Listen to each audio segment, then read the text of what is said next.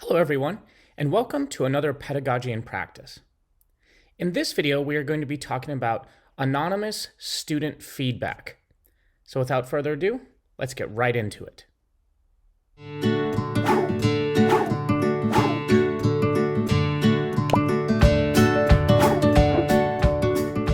Okay. There are several key benefits to providing anonymous student feedback in your course. First, it helps establish a culture in your classroom that is founded on your students being a collaborative partner in the development of the course. Second, it helps make the development of your course more iterative by providing anonymous student feedback and options 2 or 3 times per semester. It provides you with feedback that you can implement within semester rather than waiting for student evaluations at the end. Thirdly, providing anonymous options gives your students a risk-free way to suggest ways that you can improve your course, but also ways that they can complement what you're already doing.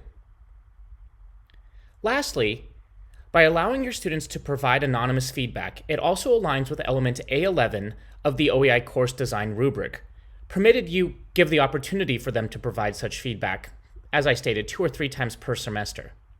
So up next, let's look at the types of questions you can ask in an anonymous feedback survey. Okay, now when it comes to the content you should include in your surveys, there are a couple of things that you should probably consider. First, when in the semester are you going to offer these feedback opportunities? And second, what type of information are you looking to obtain? Now, when you're considering the start of the semester or up to the midway point of the semester, you may want to think about asking questions regarding the design and navigation of your course. You might want to ask things like, what has caused you the most difficulty in navigating this class? Or, what is your favorite aspect of the design of this class? You can also seek to understand what their learning experience has been in your class up to that point. So you could ask questions like, what has hindered your learning experience the most so far in this class? And you could also seek to ask them ways that they would suggest to enhance the learning experience in your class. Now, at the end of the semester, you're probably going to want to look for similar feedback, but you're also going to want it to be, fairly reflective.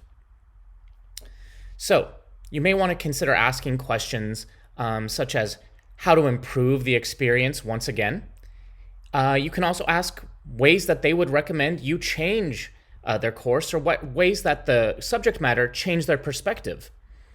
You can also ask for their 3 greatest takeaways, and you can also ask them to rate their experience in the class, and also just generally what worked and didn't work. Now remember, asking open-ended questions and being a little ambiguous can generate a freedom of response for your student.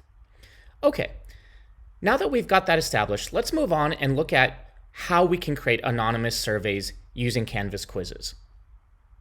Okay. Now, in order to get started creating a student feedback survey, what you want to do is hop into your Canvas course and go over to Quizzes in your course menu.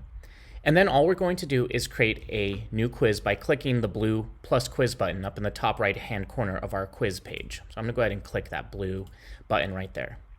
Now, there's 2 types of quizzes that we have access to right now. One is classic quizzes, and the other is new quizzes. Now, Canvas has given us an extension in using classic quizzes, and I would highly recommend for feedback surveys, utilize classic quizzes, because unfortunately the new quizzes don't have the survey option that we are looking for the purpose of these anonymous feedback surveys.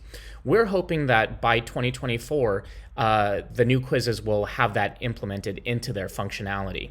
So for now, just go ahead and say classic quizzes on that window that pops up and say submit.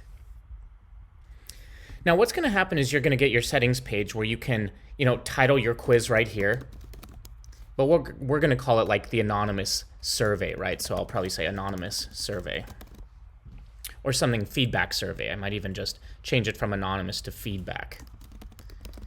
In my description, I would make sure that I explain that this is going to help me, improve my course.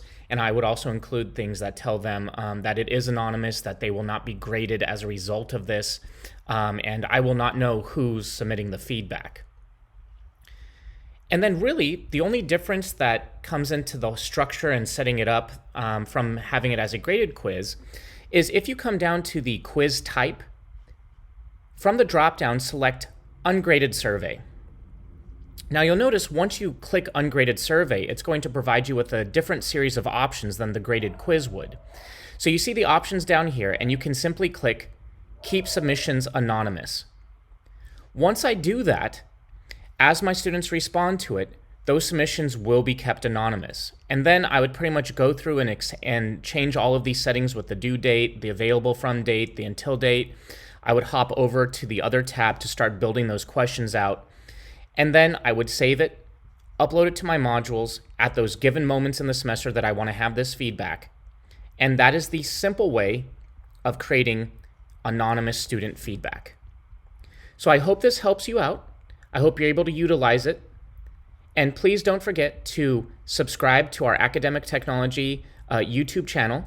And also, don't forget to follow our Pedagogy and Practice YouTube playlist. Other than that, good luck with creating your anonymous student feedback. See you next time.